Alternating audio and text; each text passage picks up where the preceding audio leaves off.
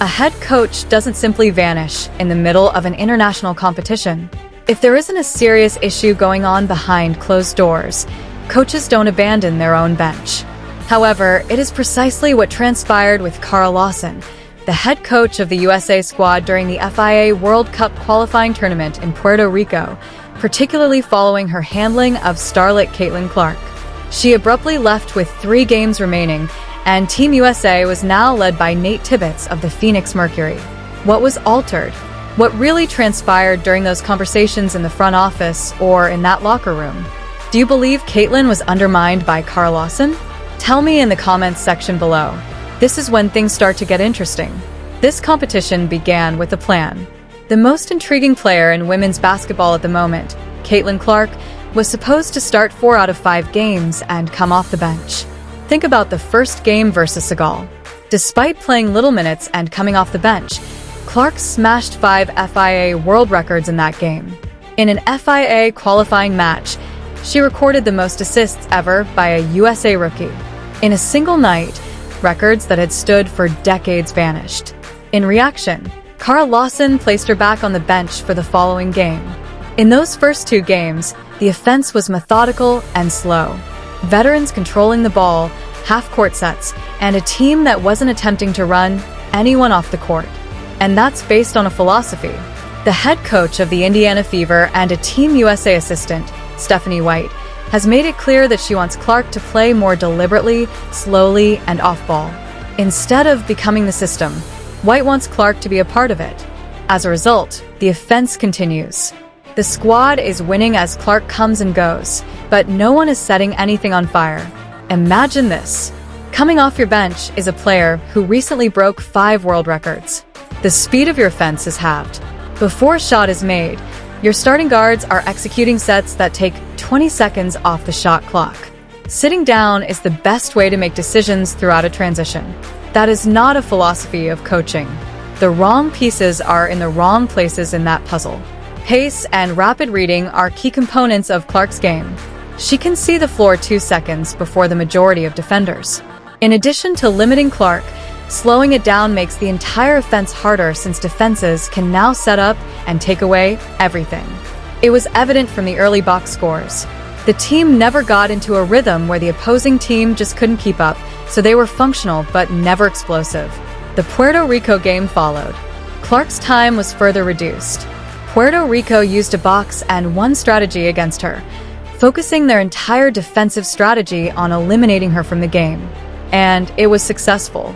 Not because Clark isn't good enough, but rather because there were no solutions in the offensive system surrounding her. The group appeared to be stranded. Commenters took note. Supporters were incensed. You experienced that too if you watched the game. Everyone could tell that this was not working, with the exception of the coaching staff. However, that's not all. Despite all of this, 4 games on the bench, a box and one meant to eliminate her, a strategy created for someone else, Clark managed to lead Team USA and maintain efficiency throughout the tournament. Take a moment to consider that. Despite having a limited role, bench minutes, and a restrictive system, she nevertheless did better than any member of her own team in those 2 areas. Not only did she lead Team USA in these statistics, but she also led the entire tournament. The entire field was led by her. Following Puerto Rico, a reporter asks Lawson directly about Clark's role when she approaches the press conference microphone. Lawson turns around. "Everyone on Team USA should shine," she says. The records are not mentioned by her. She doesn't talk about the minutes. Nothing is explained by her. Just don't respond and go on. That alone tells you everything. 5 world records have been broken. The squad is obviously superior when Clark is in charge of the offense, and the head coach will not even mention her name when asked directly. Then Lawson abruptly stops attending games. As the 3rd game begins, Nate Tibbetts, dressed in a polo shirt, is standing on the Team USA sidelines, calling timeouts and planning plays. There's just no Carl Lawson. There was no news release, no notice from USA Basketball, and no statement indicating that she had a scheduling difficulty or left for personal reasons. She simply vanished. Tibbetts is the Phoenix Mercury's head coach. That's what he does. Prior to this competition, he was not officially a member of Team USA. It is therefore abnormal that he is now the one running the huddle with the clipboard and making substitution decisions. Coaches don't merely stray onto the sidelines of international competitions because a seat was available. He was placed there by someone. A call came in. USA Basketball did not make any public statements. No status or loss update. There is no justification for the modification. Nothing. When an organization remains so silent about something so obvious, it usually indicates that the answer is something they would prefer to keep quiet. Thus, the internet continues to function as usual. People begin to extract footage, align timelines, and make connections. Connecting the dots is not difficult. Immediately following the Puerto Rico game, Lawson vanishes.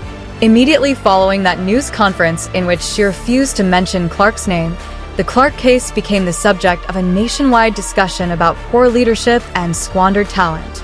The rumors that began to circulate were really straightforward. After observing what was taking place on the court, USA Basketball determined that it was an issue they could not allow to continue. As the organization entered a World Cup cycle, the Caitlin Clark problem in particular had become something they did not want associated with their brand. No one is formally confirming any of it, whether it was the record she broke while sitting on the bench, the press conference in Puerto Rico, or something spoken in private between players and staff. However, it is extremely difficult to claim that this was a coincidence given the timing. Then, in his first game, Tibbetts accomplishes something that Lawson had not done in 3 games. He starts Caitlin Clark. He starts with that. Clark begins. New Zealand is defeated by Team USA by 55 points. 55 wiki. With 14 points, 6 assists, 0 mistakes, and 23 minutes of playing time, Clark's offense is very different from what it was under Lawson. Clark is pushing in transition. Teammates are getting open looks early in the shot clock. The pace is quicker, the spacing is cleaner, and everything simply flows.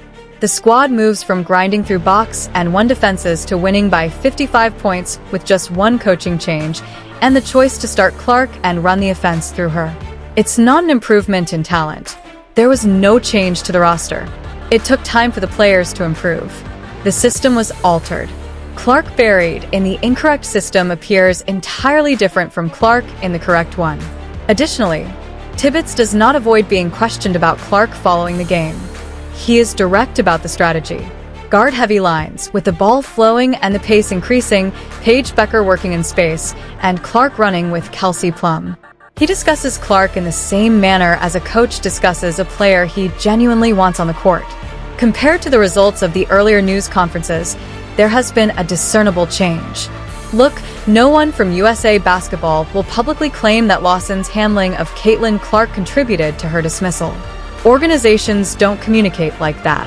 However, Tibbetts' initial choice reveals exactly what USA Basketball believes to be the issue. Imagine this. In the middle of a competition, you take over a team. You've seen the movie, so you are fully aware of the problems. And on your bench is one of the sport's top floor generals. First, what do? Tibbetts' response was straightforward. Clark, get going. Use her to carry out the offense. Allow her to quickly make decisions by letting her see the floor. The entire adjustment is that. No lengthy installation time, no intricate plan, and no easing her in. Simply start her and allow her to play basketball like she truly does. What that actually looks like in practice is demonstrated by the New Zealand game. After starting and playing 23 minutes, Clark scores 14 points, dishes out 6 assists, and commits no turnovers. By 55 points, Team USA prevails. Because of the way it occurs, the margin is practically irrelevant. In contrast to the first 2 games, Clark is already pushing in transition early in the first half, finding teammates before the defense can set up and producing clean looks. Because defenders must quickly account for her, the spacing opens up instantly. Everyone else gets easier shots when they do. Now, some may argue that a 55-point victory doesn't demonstrate the system's effectiveness against actual competition and that New Zealand isn't a formidable opponent. Instead, let's examine the complete tournament statistics. In all 5 games, Clark topped Team USA in efficiency and assists plus-minus. Additionally, she was the tournament leader in both efficiency and plus-minus. Not only her team, but every player on the pitch from every nation. These figures include all of her opponents in games, even the ones in which she has been benched. Therefore, when the data spans the entire tournament, the claim that the blowout was simply a mismatch doesn't really hold up. Tibbetts places Clark in the backcourt with Paige Buckers and Kelsey Plum. There are 3 guards on the floor at once, and they are all capable of handling the ball and making choices. Italy doesn't have a suitable response. The USA triumphs by 34 points, and the offense appears to be enjoyable. It has personality and pace. Before the defense can rotate, Clark is working in her most dangerous position, in space, making readings and creating for others as the ball moves and the floor spreads. The more significant stylistic change Tibbetts introduces is that guard-heavy approach. It goes beyond a simple Clark adjustment. It is a complete shift in philosophy. More ball movement, quicker pace, smaller lineups, and quicker decision-making. And Clark's skill set makes that style particularly effective. She is the one who can make the correct read, while pushing it in transition. Before aid arrives, she is the one who can get into the paint and deal it out. When she runs the system, the entire system breathes differently. Under Lawson, the offense asked Clark to conform to a predetermined framework. Play off the ball, slow down, and stay inside the system. The building is constructed under Tibbetts based on Clark's innate abilities. Accelerate, create for others, read, and penalize any defense that tries to slow things down. The outcomes on the scoreboard accurately reflect the fact that those are 2 entirely different starting locations. As a result, by the time the tournament's last game begins, Clark is beginning to play the most minutes for the team, and the victories are piling up by 30 to 50 points. At that moment, the discussion about the tournament MVP isn't really a discourse. 14, that's 14. She spent the majority of that time coming off the bench, setting FIA world records in just 7 days. Let's examine how each game in the tournament actually transpired. In the first game versus Segal, Clark smashes 5 world records in a single night after coming off the bench and playing few minutes. In an FIA qualification match, she records the most assists ever by a USA rookie. She has the most assists in a debut in the history of the competition. In a single game, a player who wasn't even beginning broke marks that hadn't been broken in decades. The offense never really takes off, but Team USA prevails. Instead of being dominant, it is functional. The second game is essentially the same. Clark has returned to the bench. Since she simply does that when she is on the floor, the offense continues to be slow and more records are broken. It all culminates with the Puerto Rico game. The team suffers, her minutes are reduced, and it's like seeing someone try to win a race with one shoe tied. After Tibbetts takes over, the third game appears entirely different. Clark takes the pitch against New Zealand.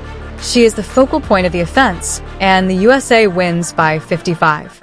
In the fourth game, the USA defeats Italy by 34 thanks to Clark, Plum, and Bears running the backcourt. By the fifth game, Clark is the main character. She's just getting started. No one is genuinely debating the lineup anymore, and she is playing the most minutes on the squad. When you look at the most important player metrics, you cannot dispute Caitlin's performance. In terms of minutes, points, 2-point field goal percentage, free throws made and attempted, assists, plus minus, and efficiency, Clark led the USA team.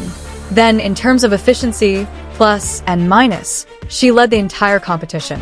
The entire pitch, every player, every nation. She recently became the youngest player to win Most Valuable Player in FIA qualifying event ever at the age of 22.